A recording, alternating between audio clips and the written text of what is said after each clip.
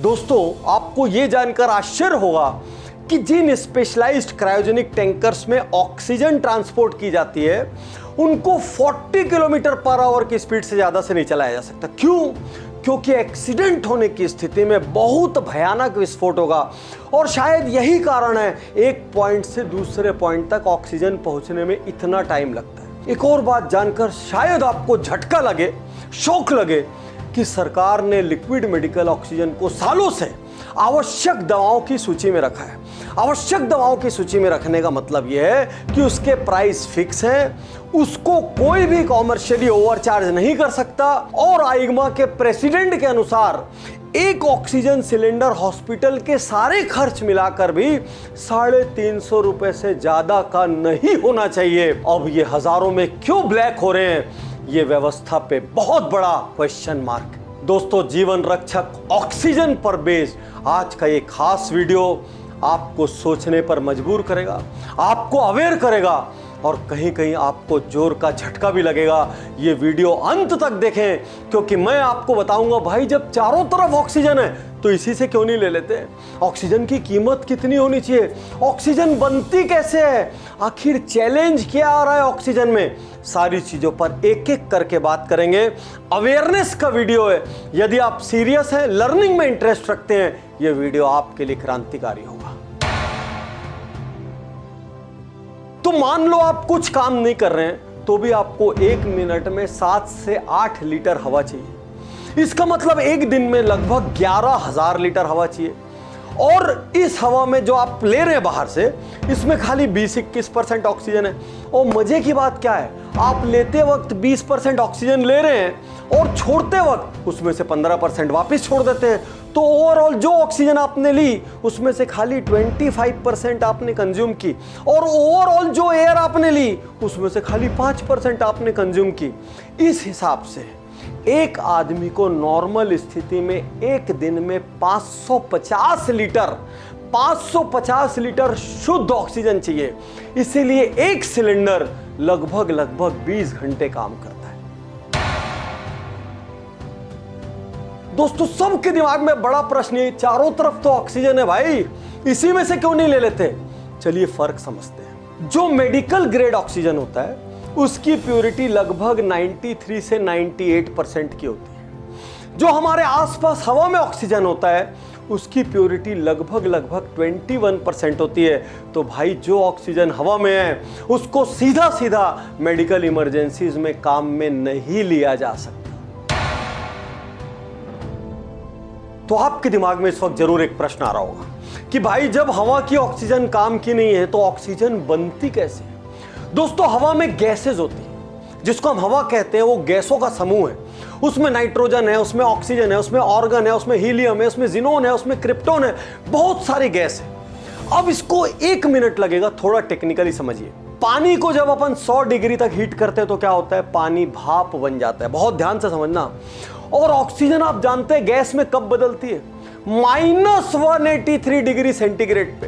यानी -183 के पहले ऑक्सीजन लिक्विड होता है और -183 ने, सोचिए बॉइलिंग पॉइंट कितना नीचे है, -183 पे वो गैस बन जाता है।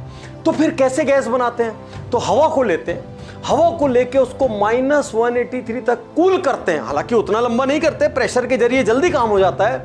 -183 तक कूल करते हैं, तब जाके लिक्विड ऑक्सीजन अलग होता है जिसको मेडिकल में यूज किया जा सकता है। और 183 तक कूल करते करते बाकी जितनी गैस है ना, ये सब गैस अलग हो जाती है, फिल्टर से धूल वगैरह हट जाती है और -183 पे ऑक्सीजन मिलती है। फिर इस ऑक्सीजन को टैंकर्स में भरा जाता है, उन टैंकर्स से ले जाके सिलेंडर्स में भरा जाता है और तब जाकर हमको मिलती है वो मेडिकल ऑक्सीजन जो जान बचाती है, जान।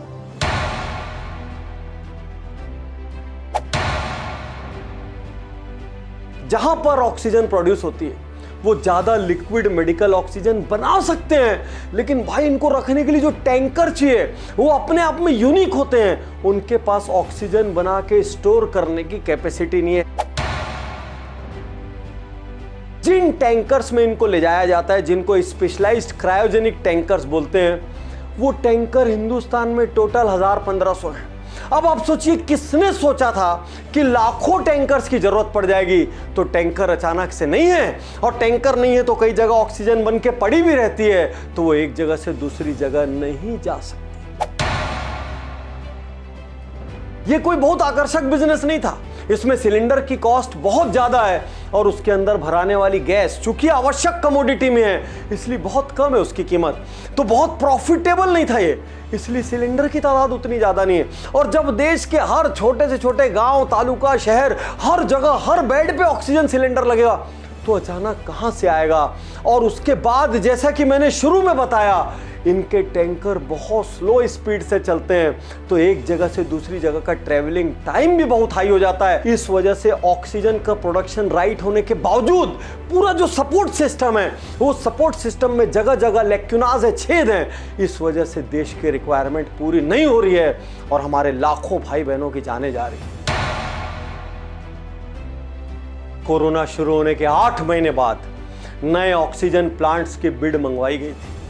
162 बिड आने के बावजूद अभी अप्रैल तक ओनली 33 प्लांट्स इंस्टॉल हुए हैं। सरकार को स्पीड बढ़ानी पड़ेगी। और विधानसभा चुनाव, पंचायत चुनाव, ढेर सारे डिस्ट्रैक्शन को छोड़कर इस वक्त इस सिंगल प्रॉब्लम को हल करने में अपनी पूरी ताकत लगानी होगी, नहीं तो ह्यूमैनिटी आपको कभी माफ नहीं करेगी। जब देश को वैक्सीन की जरूरत थी, आप उस वक्त वैक्सीन डिप्लोमेसी करके पूरी दुनिया को वैक्सीन दे रहे थे। आज आपके देश में वैक्सीन शॉर्ट हो गई, अब आप दुनिया भर से वैक्सीन दे दो चिल्ला रहे। जब आपको पता था कि आपके देश में ऑलरेडी मेडिकल इंफ्रास्ट्रक्चर कम है, उसके बावजूद 2021 में आपने हजारों टन ऑक्सीजन एक्सपोर्ट कर दी। अब आप पूरी दुनिया से ऑक्सीजन दे दो चिल्ला रहे। इस वक्त वैक्सीन डिप्लोमेसी, इस वक्त ऑक्सीजन डिप्लोमेसी किसी चीज की दरकार नहीं है। हर देश इस वक्त अपने अपने नागरिकों की फिक्र कर रहा है। और आप, भारत एक देश नहीं है, आपके अंदर एक देश में 50 देश की आबादी छुपी हुई है। आपको एक्चुअली 50 देश का एफर्ट करना पड़ेगा। इस वक्त दुनिया की चिंता छोड़िए और अपना घर संभालिए। साथियों, देश में ऑक्सीजन का प्रोडक्शन है एक दिन में लगभग 8000 मीट्रिक टन। इस 8000 मीट्रिक टन में से लगभग 800 मीट्रिक टन होती है मेडिकल ग्रेड ऑक्सीजन, जो कि medical hospitals, medical setups consume करते हैं। बाकी सारा ऑक्सीजन कंज्यूम करता है इंडस्ट्रियल सेक्टर।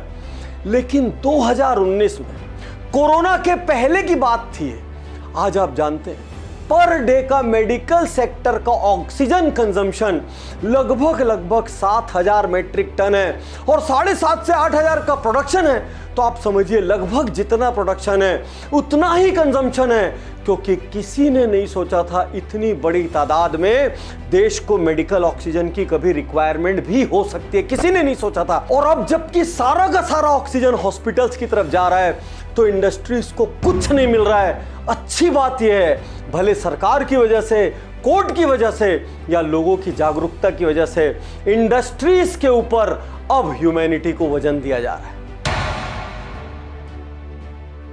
क्या सरकार ने जीवन रक्षक मेडिकल ऑक्सीजन की कीमत तय की?